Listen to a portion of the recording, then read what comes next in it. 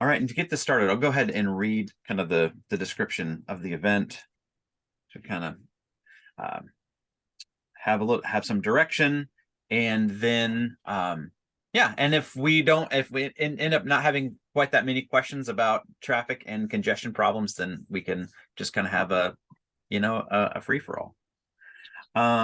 Yeah, so this topic is traffic and congestion problems. And our guest today, I don't know, you're like our Strongtown staff person with us today is Daniel Herriges, who is our editor-in-chief. I don't know how many of you saw the video that Mike posted on Friday about traffic and congestion? So I think if there were things that came up for you as a result of that video, that would also kind of be a good way of getting into this discussion. Daniel, do you have anything that you want to talk about sort of to lead in? It's okay if not, we can jump right into questions and discussion. I'm good to jump in, and I'm good to kind of tailor it. I'll be curious. I'll take whatever questions people have. We can wander off topic if we need to, but since we don't have whatever pre-submitted questions there may or may not have been. But I think the other thing is, we've written a lot, we've talked a lot about traffic and congestion issues. I think that the way they play out is different in different people's communities. So I'm happy to have this be super interactive and happy to hear from any of you kind of where is this playing out in your community? How is it affecting local politics, or, the frustrations that people are voicing, or your ability to get things done along Strong Towns lines. So yeah, I'm game for wherever folks want to take the line of questioning here.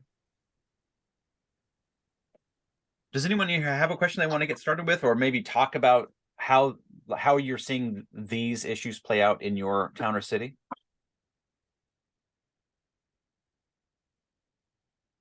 I had a question I presented last week, and so some of the same people are here. I was looking to see if Strong Towns had an engineer that they could give me the name of that could talk about the merits of a roundabout versus a light at a particular intersection outside my neighborhood. So if anybody different here today knows somebody, I have found a website I was able to point someone to, but I haven't had a lot of time to put energy into that question the last few days, a lot of time. Mm-hmm. So because I'm pursuing some other things about trying to get our local conversation reignited. So, but anyway, is there somebody that's an engineer? I mean, Chuck is obviously too busy, but is there anybody else that would be an authority or could give me some hints of how a layperson could do a little bit of a feasibility study at the site? I've done a little speed study as part of our crash analysis studio, but analyzing this particular intersection would be a different beast, obviously. And I probably can't do anything useful till fall comes, because I think the real issue is during the school term, because of people trying to cross a strode with no traffic light to get back to one of the big private schools that are very popular nearby. So that's a good question. I don't have a specific name for you right off the bat of like an individual, but we have engineers certainly in our circles who I think would be qualified to offer some advice on that matter. And if you're looking for that particular background and that credential for the expertise there. And I don't know if, people we know who we've worked with through the crash analysis studio or anything like that. As the farthest I can get is the names of the firms that are kind of Strong Towns aligned, very focused on walkability and safe streets. Right. That would be Tool Design or Alta Planning and Design. Okay. Or two that come to mind.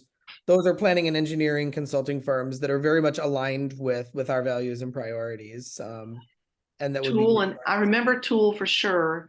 Alta, you said? Alta is another one. They're national. One of their bigger offices is here in Minneapolis, which is why I know about them. But I know that they have a national presence. But I don't know about Richmond or your area. Right. Alta.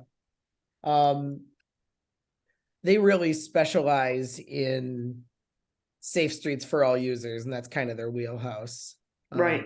A lot of walkability projects, bikeability projects. And yeah, I think roundabouts fit into that. The expert sources that I read about roundabouts are almost all planners rather than engineers. So they don't get into the really technical stuff. Okay. And I know that there is a lot of technical detail that goes into getting roundabouts right, especially if you're trying to use it as a traffic calming or a street safety treatment. Right. They can be done well and they can be done poorly. Right. Like Jeff Speck, who's sort of the walkability guy, is critical of them in walking oriented environments because they're fundamentally a kinetic design, because the idea of a roundabout is that they keep traffic moving, that no one is ever like straight up required to stop. And so if you have a really high volume of pedestrians, that becomes a problem. Nobody ever walks through here. In fact, the city's proposal with the traffic light was going to put in a zebra stripe crossing, and we all laughed because we're like, who in the world's going to walk here? You can't walk here. But if they put a good designed interchange there, maybe some of the older high school students would start taking bikes. There's a lot of pieces that would need to come together to make it safe to get all the way over to the schools. But if they did that, you could cut down on a lot of the cars that need to cross. But right now, nobody would cross on foot through there. Yeah, even with zebra striping. Yeah, and Sharon, I'll add, I have a contact of an engineer here in Louisiana, and I'll send you her information, but she used to work for our DOTD, and now she's a private consultant. But I've talked to her about Strongtown's ideas. I would say she gets it, and she is focusing her practice on communities and what's best for communities rather than, big highways and stuff. So I'll shoot you her information. Thanks so much. Daniel, David has a question, but real quick before we do that, is there any advice that you would have more generally for local advocates who are advocating for a particular change in the design, the engineering of a road or strode or a street? Like, what can people who are non-technical folks, people like me, like, what are some sort of general things to keep in mind as we are trying to advocate for a particular change, but may not have the technical expertise ourselves? Any general advice? The most effective advocacy that I see really centers on safety issues and people's ability to get around a place in very concrete, tangible ways. Like, if traffic calming measures are at the point at which they're on the table, for example, the thing that tends to move the needle with elected officials is testimony about people's mobility struggles. I can't cross the street safely. I can't walk my kids home from school. I can't go get groceries. My elderly mother's in a wheelchair. She can't cross the street. I think that kind of thing makes it makes a really cogent kind of emotional and moral case. And there's still, what happens then is you typically get pushback from an old guard of engineers who want to do things by the book. And as Chuck has written about and talked about at length, the book has this implicit set of values, which are traffic volume, traffic speed, prioritized above the cost of the design and prioritized above human safety. So that is political, and it takes courage on the part of elected officials to essentially overrule the engineers, who are absolutely capable of doing things differently, but may need to be a little bit dragged into it depending on who's running the show in your public works department. It's got to ultimately come down to the elected officials. And the thing that they're going to hear is, my constituents are suffering. My constituents are struggling to meet their needs and navigate their community safely. I think that moral appeal is what wins the day. That's really helpful. Thank you. David, did you have a question? I had a question and a comment, I guess. Sharon, thank you for that question, and Dan for the follow-up, because at least for us, where I live in a town of 10,000 people, most of our streets we don't necessarily own. We have major streets that run through our downtown that are run by the state DOT. We have another major road that are owned and maintained by the county. So we just had an opportunity to have a roundabout where a county road and a state road intersect just within the town boundary. And I tried to make an argument for roundabouts, and I got basically a wall of silence, or just ignoring the issue. I then talked to the county guys, the planning director who I know, and the county went back and forth. The state said, well, you got to pay for half of it. Long story short, they're now going to go back to the standardized traffic signal, because they've already put up the damn power box there, and they're getting ready to put it up. And it just completely ignored anybody. Daniel point about making it a safety issue. In this instance, that's a good argument, but not enough, because we don't have enough pedestrian there. It is a safety issue, but two related issues, and then I'll shut up. One is trying to educate the public about roundabouts, because where I live, they think of them as nuts, and they think it's an obstacle because they're in a hurry to get someplace, so they don't want to have them. And number two, folks literally down here don't know how to drive through them. I mean, but yet our state DOT and state highway administration and other parts of Maryland, they put in traffic circles. Right. But for some reason, it's like all over the map, like it's in the middle of nowhere. It's in an urban area. So I guess my longabout question is, how do you convince the state and the county to push more for roundabouts? Because your point is well made. We have entrenched engineers who just can't get past it. Thank you. I recently found out, just in the last few days, first of all, that Virginia apparently has passed a roundabout first policy, apparently, for new intersections, but our city head engineer doesn't like them. And some of the ones that they've put in, they've left it up to the people who live around it to actually landscape or fill the center of it in some way. And people don't always know that. And so some of the drivers just drive over them. And yeah, like, really? I mean, Americans need to learn to use roundabouts. It's going to come.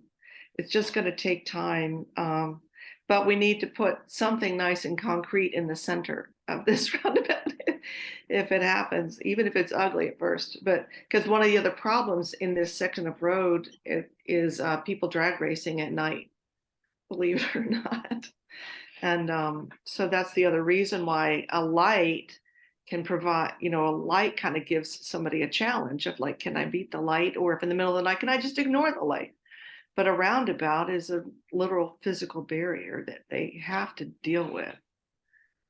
So, yeah. There's a lot of design detail, which you're alluding to here, that really matters in terms of what's going on in the center of the circle. Is there enough visibility, but there's also enough of a visual obstruction that people see, oh, I have to go around this thing. Right. And are the turns tight enough when you enter the roundabout that you really have to slow down? Right. To the question about jurisdiction, I posted a couple of links in the chat that don't directly speak, I think, to David's experience. The size of the city, there are a lot of factors. The politics of this are going to be different depending on where you are. We've covered a couple articles recently, just this year. We've talked about those jurisdictional struggles. One of them is a story out of North Carolina, and one of them is from Chicago, where the city DOT and the Illinois DOT came to an agreement to give Chicago more control over city streets. Sometimes a useful lever here, and again, I think it really has to be championed by local officials, but a useful lever is that state DOTs are insolvent, and a lot of them have enormous maintenance backlogs. And if a city is willing to say, we want to take back control of state roads within our borders from you, and we will take over the maintenance responsibility in exchange for you butting out and letting us design it in a way that centers the people who live in the place instead of through traffic. It can be a win-win. The DOT gets something off it, because the state DOTs don't love dealing with urban environments either. I think a lot of the highway engineers are in their element being highway engineers and should be free to do that.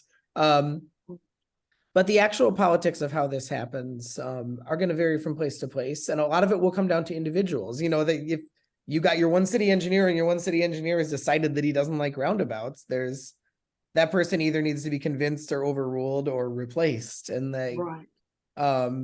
one person can make a huge difference. Where I lived in Sarasota, they've been aggressively implementing roundabouts all over the city, and I've been really pleased with the results. Mhm. Because what it's generally done on small neighborhood streets, what it's done, not like tiny residential streets, but essentially neighborhood collector streets Mhm. that have a design speed of 30 miles an hour. People are often going 35 or 40. And what the roundabouts do, if they're spaced close enough together, you don't see people get up to speed anymore. Because you know you're gonna have to slow down to 10 to 15 to go through the circle, and then the next circle is already coming up and in view. So it has smoothed the speed of traffic, so you don't have people gunning it to the next intersection. Right. But the other thing that Sarasota's done is they've started to implement roundabouts on larger highways that are FDOT controlled.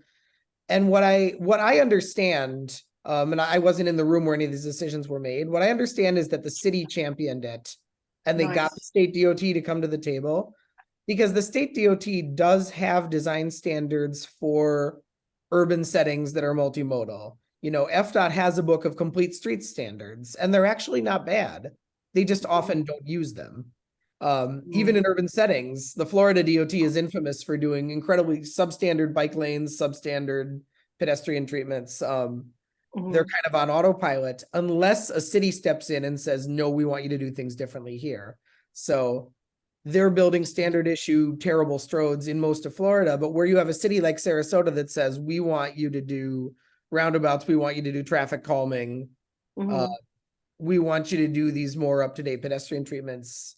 The state DOT has been willing to play ball in those places, but the cities, it took leadership from the city to bring them to the table. And Right. there, a lot of state DOTs, like, they're not monolithic. There are internal politics within, because these are huge agencies. It's very common, I think, for a state DOT to have progressive-minded engineers within it who are paying attention to better practices. There's no shortage of standards that engineers can use if they want to have a standard to lean on for any sort of intersection, any sort of road in an urban environment. NACTO standards, the National Association of City Transportation Officials, are generally much better for walkability, for bikeability, for you know, the multimodal traffic you get in an urban environment than the standard kind of highway standards. And those are available. They're tested. There's a lot of research behind them. There is nothing stopping a state agency from using them other than the will to want to use them. But a lot of state agencies have them somewhere in their books. There is a document they can go back to and they can say, this is the standard we built this to. They just have to be convinced to use them. Okay. Nick was asking a question about roundabouts really being safe for pedestrians and cyclists. First of all, I mean, I'm asking about a particular intersection. It's going to be a while before you have pedestrians and cyclists going through there, because there are a lot of other pieces of the adjacent roads that need to change before people outside of a car will be safe there. But the other thing is, how did the Dutch do it? I mean, I wish we could bring the Dutch design standards here. Right. And because they figured out, we don't need to reinvent the wheel because they've already figured out so many things. But I don't know how you get that to happen. How do you have a There are movement? places in America that have moved much closer to that, but yeah, it's not standard and you have to push for it. Yeah. To Nick's question, I think it's contextual. The Jeff Speck argument is that in a really pedestrian centered environment, you're better off having stop signs, four-way stops, than roundabouts. In an environment where the volume of pedestrians is pretty light, you want people to be able to safely cross or to be able to safely bike, but they're not there all the time. And, you know, four-way stops, you're going to get a lot of pushback to that, either, you know, on the basis of drive times, you know, driver delay, or it being unnecessary and not being warranted by the conditions. I think there are a lot of situations in American cities where a roundabout makes sense. And again, the key is it really has to slow down traffic. You really have to have that tight turning radius. And what it like I can say as both a pedestrian and a cyclist, the ones I used in Sarasota all the time, I felt extremely comfortable. But it was on like neighborhood collector streets with lighter traffic volumes and with lighter pedestrian volumes, and it wouldn't have been appropriate for like the heart of downtown. But the safety advantage is the traffic calming effect, where you don't have people, as I said, gunning it in order to get through the next light, or getting impatient because there's a stop sign, and then they go through the stop sign and they just like floor it again. It promotes a sort of steadily slow flow of traffic where you're kind of comfortable, you're going 20 miles an hour, you don't feel the need to gun it as a driver because you also never come to a complete stop. If you think in terms of driver psychology, that complete stop is what like frustrates people and makes them impatient and gets their adrenaline kind of, I want to go, I want to go, I want to go. I think there really is a factor there. So yeah, experientially, I think they work really well in a lot of settings for like modest speed collector streets. What the other thing that they help with is they can help disperse traffic and make the case for making it possible to traffic calm a much larger strode. That's the other thing we see in Sarasota. I did an experiment, which I wrote up in a Strong Towns article some years ago, where like at rush hour, I timed myself driving through the heart of Sarasota on like a 6-lane strode. On Tamiami Trail? I did Tamiami Trail, US 301, and then Fruitville Road, which is the east-west. Yes. I did an east-west pair where one was like a giant strode, and then there's a parallel route, 2-lane street, 15 miles an hour with roundabouts. And then I did the same thing on a north-south pair. And in both cases at rush hour, it was faster to get across town on the slow street with roundabouts than it was on the big multi-lane strode with stoplights. It actually took less time because you don't, it's everyone knows we have a traffic problem. Yep, it's in there. That's kind of a monster of a piece. I wrote that back when I was a volunteer contributor, and I was so excited to get to write for Strong Towns once a month that I would write these like really, really overstuffed manifestos that should have been like 5 different articles. So that's what you'll see in that one. But I've wanted to go back and give sort of a better treatment to this experiment. And now I don't live there, so I got to find an analogous one I can do where I live now. But this is America. It shouldn't be hard. But that's something where like once people experience it, the light bulb starts to go off, and it's really hard to convince people of it. But just from like, if you want to meet people in your community where they are in terms of persuasion, right? Like almost all Americans essentially relate to the streets as drivers. Like 90% of us own cars or use cars or like are primarily motorists. And that's just a reality that you're going to have to deal with. You need to be able to make the case that what you want to do, in addition to like making the streets safer and more humane for those times when you're not in a car, are also going to like make your life better when you are, or at least not make it unbearable. And there's actually a ton of evidence that the kinds of traffic calming that we talk about, and roundabouts are one tool in this toolbox, don't cause undue delay for motorists. Right.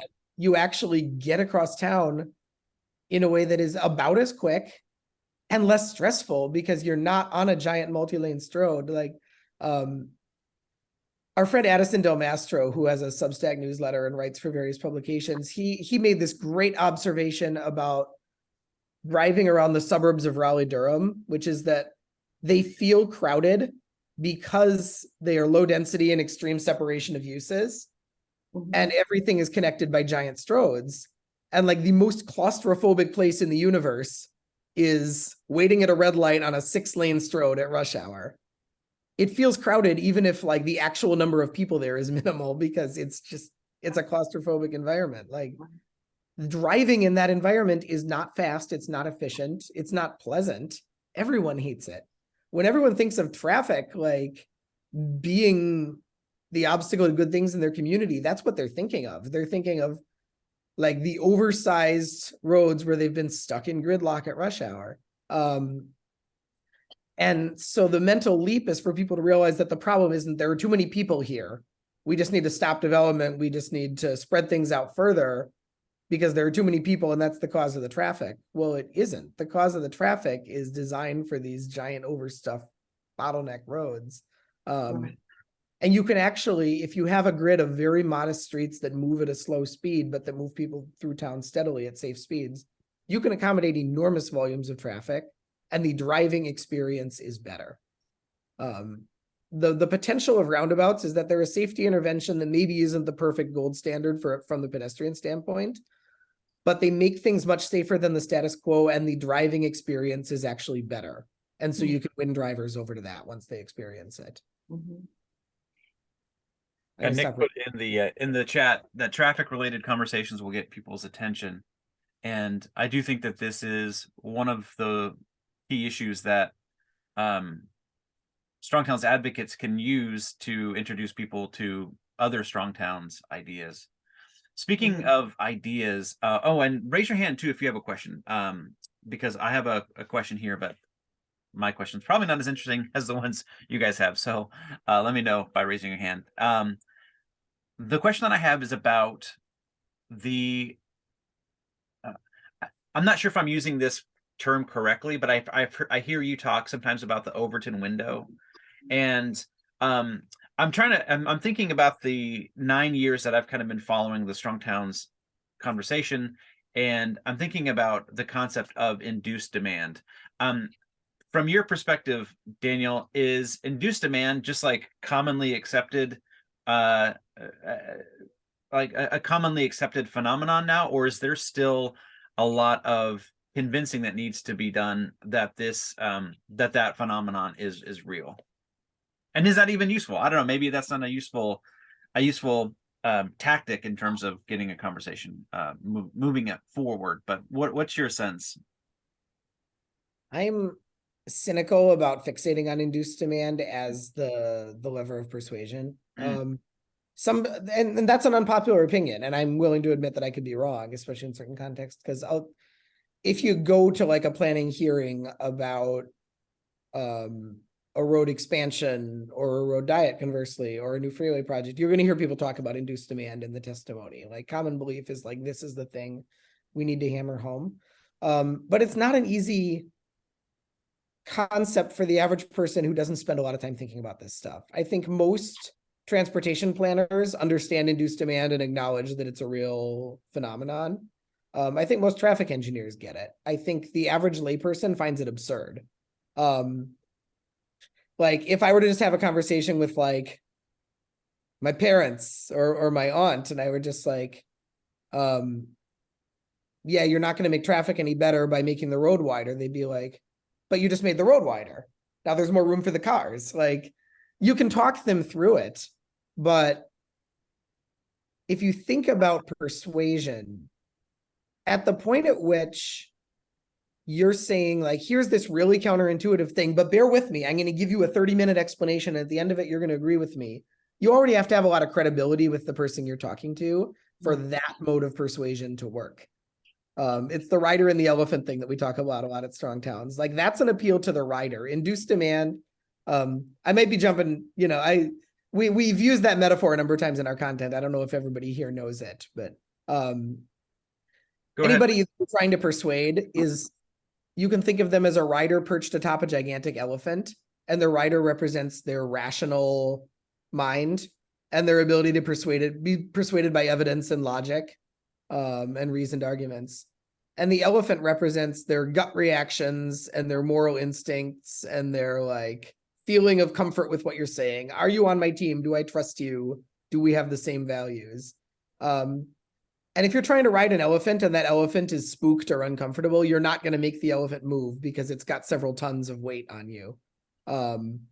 So you are not going to force it to move. The elephant has to be comfortable and willing to move, and then the rider can direct it. And that's how persuasion works. That's a metaphor we come back to a lot in talking about what moves the needle in these local conversations. You can't just come straight at someone who you have no relationship with evidence and arguments. My old boss in a planning office, when I did an internship in Sarasota County, had a sign on the wall of his office. The planning director had this, and it said, "Expecting people to be convinced by the facts flies in the face of the facts." So my problem with induced demand is it's this wonky, nerdy thing that sounds like you just walked straight out of an economics lecture. And you're going to go up to your city officials or whoever you need to convince. And you're going to say, well, actually, let me tell you about induced demand. Do you have half an hour for me to make this make sense to you? Coming out of the gate with that gets you nowhere. It's an important concept because it's important to understand what actually affects traffic volumes. And like, induced demand is real. It is absolutely true that when you expand roads, the traffic tends very, very reliably to fill up that added space. People make more trips, they make longer trips. Developers respond by building things farther apart. Because now what used to be a 50-minute commute from downtown, well, now if it's a 30-minute commute, now we're going to build homes here because people will be willing to buy them. And over time, the development spreads out and people are driving longer distances to do all the same things. And the amount of traffic on the road goes right back to where it was. So yes, that is true. Like the evidence for it is compelling. We can come up with countless examples of it. And it is important for anyone actually planning a transportation network to understand that. For an advocate trying to move the needle, trying to get local officials on board with the idea that maybe we shouldn't expand that road, or maybe we should even narrow this road. Maybe we should take a traffic lane away, and instead have more room for walkers, for a protected bike lane, for whatever else. Induced demand isn't how you want to come out of the gate. You want to come out of the gate with arguments that appeal to the elephant, that appeal to like your moral instincts. You should be uncomfortable with the implications of having wide, fast roads through the heart of your city. You should be uncomfortable with what that does to your citizens. And then once you recognize like that, how fundamentally messed up that status quo is, then maybe you're receptive to more intellectual arguments about things like induced demand. What do you think, again, from a persuasion standpoint, what do you think about actually paradoxically saying that rather than, this was an article that Chuck wrote, I just pulled it up to share the link. I think it was last year, like we need to embrace traffic congestion and not fight it. So counterintuitively, or the only thing that's worse than traffic congestion is not having traffic congestion, or something like that. You know, from a persuasion standpoint, is that a more fruitful approach? I will admit, we don't always agree internally on the Strong Towns team, and I cringe every time Chuck says we need to embrace traffic congestion. And I do, because the sort of again, when I lived in Sarasota, there was one guy in town who was sort of the arch NIMBY who hated everything that anybody wanted to do that might change the status quo. He was the guy railing against it at the meeting and organizing the protest outside and talking to the press. And one of his taglines was, unelected bureaucrats have this radical ideology of forcing people out of their cars. They want to force you to embrace traffic congestion so that you'll walk and bike and spare the climate. And that was his phrase, embrace traffic congestion. They think you should have to embrace it because of their radical ideology. That was what his rant was every time. And so when I hear embrace traffic congestion, I put myself in the mindset of his audience. And like, it sounds a little bit like take your vegetables, right? Like you need to sacrifice for some imagined greater good. You need to embrace traffic congestion, whether it's to prevent road deaths or whether it's because of climate change or you name it. But road diet has the same problem. And actually that's something that Chuck pointed out to me, because I used to use the term road diet more. And I've used it a couple times already today, and I'm trying to train myself not to say road diet for the same reason, because psychologically it's like, suck it up and eat your vegetables. It's good for you. It's not a pleasurable thing. You're not promising people when you say you need a road diet. You're not showing them how you're going to make their life better. You're just showing them something they're going to have less of. The actual point that Chuck is making when he writes about embracing traffic congestion is a very good point. It is that when you see a congested place, it is always congested for the same reason, which is that it's somewhere people want to be. Like, I mean, okay, so maybe it's on the way to somewhere people want to be, but the hollowed out sections of Detroit have no traffic congestion. Dying farm towns have no traffic congestion. Like, a successful place is a place with a lot of people. And on that trajectory of success, you're going to hit a point where that causes some crowding. It causes a little bit of unpleasantness. If you take it to its logical conclusion, when a place is successful enough, you are going to have too many people trying to get there than can get there each in their own little private automobile anymore. And so you need to look at different solutions, which is why, you know, major global cities have subway systems. Somebody made a map once of how much of Manhattan would have to be parking if everyone who works in Manhattan during the day drove in their own car. And the joke of the map is that it's the entire island. And even then you wouldn't have enough parking. That place could not literally function. It could not physically function if everyone drove. Major sports stadiums, they often figure out a transit solution so that people can park off site because it becomes too onerous to try to get everybody parking on site. Like, when a place is successful enough, the logical trajectory of that success is we're going to figure out other ways to get you there because the congestion is telling us that we have to. So congestion is a signal that you're doing something right. It's a sign that you have a place people want to be, and now let's figure out a better way to get them there. I think that point is well taken. I just think from a persuasion standpoint, leading out of the gate with, we ought to embrace traffic congestion. You've lost a lot of people already before they've read the rest of the article that actually makes the point. They're like, you want me to do what? I hate sitting in my car in gridlock. Yeah, that's interesting.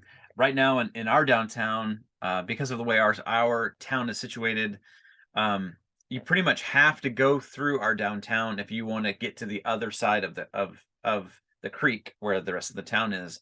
And there are 2 times, really maybe 3 times a day when there's a lot of traffic going through downtown, when people are taking their kids to school, when people are picking up their kids from school, and then right after 5 o'clock as people are coming home. But it's never more than 15 minutes at a time. And I do hear folks where I live like talking about making some changes to our downtown traffic flow that I think would be detrimental because of like maybe a cumulative half an hour of inconvenience every single like Monday through Friday. And so yeah, that kind of concern, that's a concern for me. It's going to save you maybe 3 minutes a day. And it's going to come at the expense of some of the things that make our downtown such a blessing to where we live. So it's interesting to start to hear some of those rumblings in town.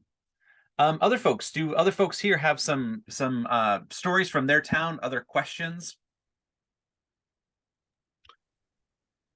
I don't know if it's a question, if it's more of just a thought of like the number one thing you always hear from NIMBYs is I'm against this because it will increase traffic or it will lower my property values. So it can be hard to argue against that in certain places because it is so car oriented, and like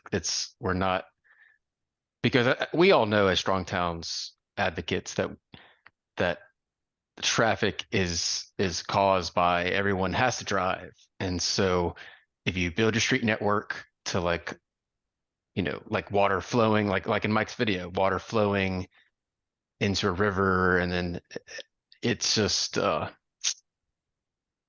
don't know. How do you respond to that? Yeah. Is that an actual question or is that more rhetorical? I don't know. I find myself frustrated every time I hear that because it's like the number one thing you always hear is, this is going to cause traffic and lower my property value. Yeah. People, most people, like, they relate to what is very tangible to them. And a lot of the arguments, the more theoretical arguments about this, like, it's not tangible to people because we're talking about systems effects. We're talking about like the actual explanations for like what causes traffic to be bad in a certain place, like, are a little bit wonky and complicated, but people know the simple thing. They know that I don't like being stuck in my car behind somebody else's car. They know that traffic is unpleasant. They know that like most of what makes urban life feel crowded and claustrophobic and noisy and unpleasant is people in their cars. And so like, that's very visceral for people and it's very real. I think The process of persuasion is just countering it and not expecting to change somebody's mind overnight, but countering it with other things that are also very visceral and very real. The funny thing to me is like a lot of the same people, if you were to just sort of chart like kind of where is median kind of normie opinion on this stuff, I think normie opinion includes the statement, we need to widen the roads and have less development so that there's less traffic because everybody hates traffic. But normie opinion also includes, I hate it when people speed in front of my house. I hate it when people speed where my kids are playing. I hate it when it doesn't feel safe to cross the street. Like those are all also really commonplace experiences where there's a whole lot of agreement, but people aren't putting all the pieces together because people who don't spend their time thinking in terms of these systems in a holistic way, and usually you're only doing that if you're a committed advocate around transportation issues and street safety issues, or you work in that professionally. Otherwise, you got a busy life, you got your own stuff going on. You're not spending the time to put all the pieces together, but you're responding to things that feel obviously right to you because they relate to your direct, like, sensory experience. So I think you can change people's minds. I think you can point out, you can point out the safety things. You can point out experiences that everyone has had. Like most people don't walk as their primary means of transportation, but everyone walks sometimes. Like being a pedestrian is a universal experience. Like, and we get that. Worrying about the safety of somebody around speeding traffic, like, is a universal experience. And more subtly, I think, pointing out to people, like I was saying earlier, the ways in which the driving experience on roads is awful and miserable and stressful and anxiety inducing. And the driving experience on slow little neighborhood streets is like, okay, you're not worried you're going to kill anybody. You can kind of look around and enjoy yourself. Like, there are a lot of mental obstacles to get by just in terms of like conventional wisdom doesn't support the things that we really know we actually need to do. And it's not immediately obvious to people. So you just have to kind of plant some seeds and you have to work with the allies that you can find in your community. And then slowly plant some seeds in people's minds to grow that number of allies over time. Another sort of general point about persuasion, about doing politics, is that for any kind of, when it comes down to a decision that local officials are going to make, and you're trying to influence their decision or their vote or whatever, like most of the people in your community who might potentially weigh in on this, most of them don't need to be convinced to join your side. They just need to be demobilized. There are a whole lot of people who might be skeptical about the idea of, for example, reducing a dangerous 4-lane road down to 2 lanes. If you just floated that to them, they might be really skeptical. I don't think I buy that this is going to help. I'm worried about what the consequences are going to be. But they're not going to be firm enough in their opinion or committed enough to come out to the public hearing and rail against the proposal. You don't need to convince those people. You just need them to not come out to the public hearing. Most people in your community just need to be demobilized. And a relatively small population of advocates for the stuff you want to do can persuade the people who need to be persuaded, the ones who are ultimately casting the vote. You're going to have diehard opponents. Some of them can be convinced, some of them can't. Probably a lot of them can't. Sometimes you just have to out-argue, or out-mobilize those people, but you don't have to win the argument with everyone you talk to. Like, a lot of this stuff is, there isn't a good base of conventional wisdom around what a safe community and a safe transportation network and a convenient transportation network for all users, not just those who drive. Like, there isn't a good base of conventional wisdom around what that looks like because a lot of North Americans haven't experienced it. We have only experienced the suburban experiment. That's our point of reference. Things that might be obvious to the average European living in a mid-sized European city are not obvious to the average American because our context is so different. In the long term, the only way the average person starts to intuit this stuff is by experiencing it. And I do think opinion comes around once people experience successful experiments. We started out with roundabouts. I've watched it come around with roundabouts in Sarasota because there are so many of them now, and there were almost none of them 10 years ago. And there was a whole lot of fury on Nextdoor, on Facebook, in the press, at public meetings when they started doing the roundabout thing. People were like, this is a terrible idea. You're going to get people killed. This isn't Europe. No one knows how to drive in these things. They're confusing. They're not. That's died down. It's been 10 years now. They keep building them. They build more of them every year. And the anger has died down because everyone's experienced them now. And they're like, actually, I like this. I like driving down this street. It's calm and not scary. And like, I get where I'm going. So the hardest fight to win is the one where the idea is a little bit unproven, or where leaders in your community are thinking of it as unproven. It's probably proven elsewhere plenty of times, but that's the hardest fight to win, is the one to get them to go out on a limb. The second limb is a little bit shorter and a little bit closer to the trunk of the tree, and it's sturdier. You're not worried it's going to break under your feet. The third limb is a pretty solid branch by that point. And a lot of that is that whole mass of normies who aren't committed advocates on either side of this issue start to experience a different way that their streets could work and feel, and are like, hey, this is actually okay. I don't hate it. Yeah, that's really cool. That's really interesting. Danny, you either had a question or comment as well.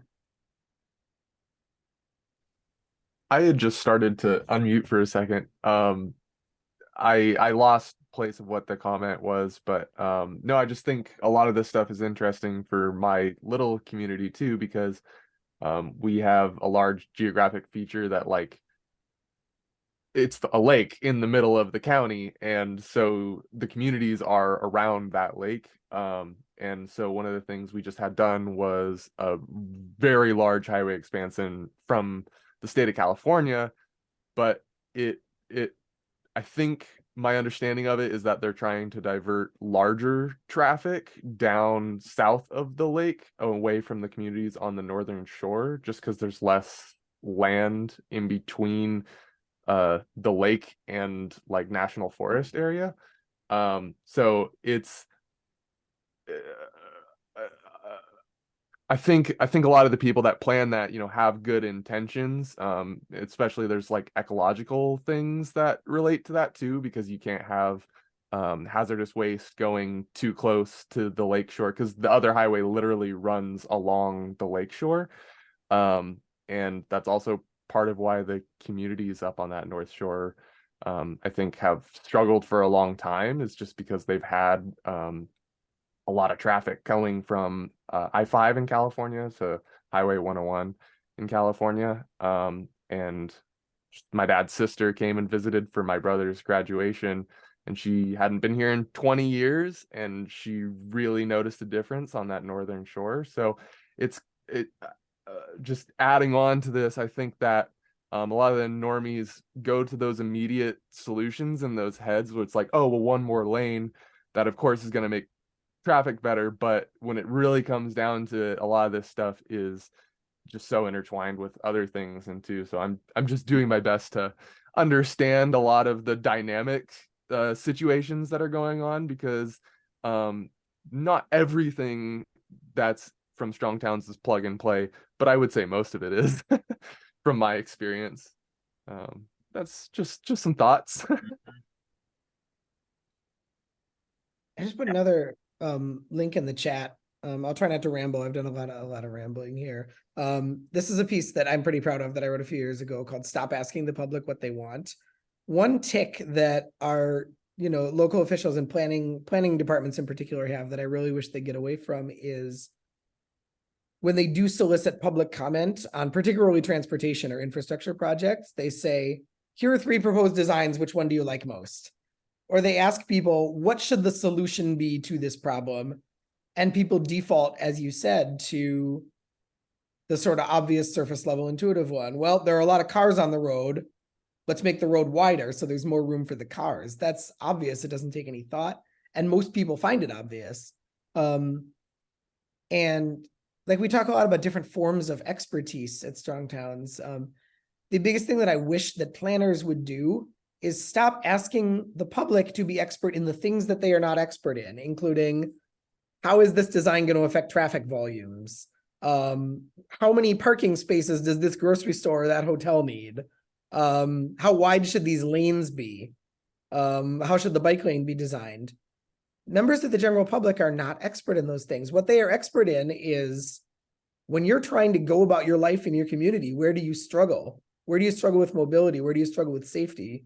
What experiences do you have that scare you or that make you feel like you can't get from A to B? And we need to be asking people about that. And if we center the conversation on that and put that first and foremost, what are the immediate pressing needs in our community? And then what solutions can engineers help us devise based on those priorities that the community has set?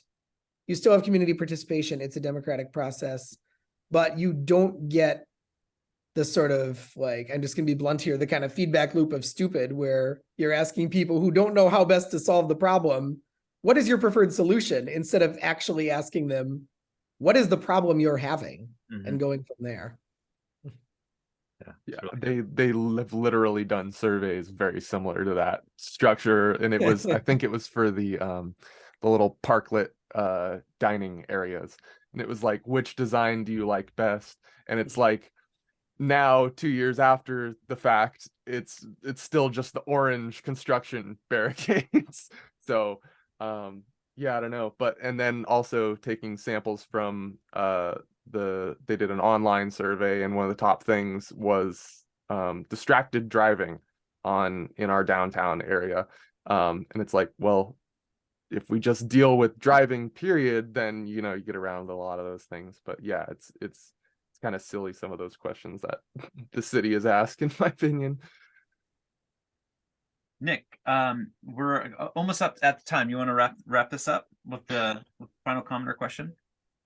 Yeah, some of the hardest places to have this conversation about traffic happens in very car-oriented places, especially in the South, like in Atlanta, where I'm at, in Baton Rouge, in Houston, where it's like 80-90% of people drive everywhere. And so when you start to talk about alternatives, it just, people can't visualize it because the built environment is so bad that I struggle with as like, what do I advocate for first? It's like a chicken and egg problem of like, do I advocate for infill and more dense development, like missing middle housing, so that we can then support more transit walkability?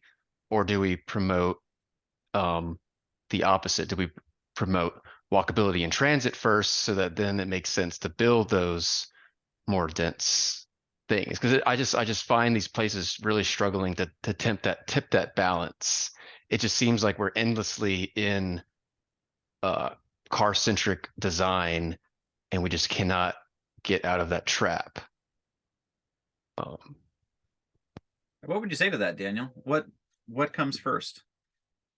The chicken egg thing is really, really hard. I've lived in a couple places like that too, and like there's a reality that is unpleasant to talk about, that like if you start, I mean, so transportation and land use are the same problem, and you made that point when you referenced missing middle housing and things. Like we think of them as separate problems, and we often have professional silos dedicated to each, but they're ultimately the same problem, because the question is, how can I get to the stuff I want to get to?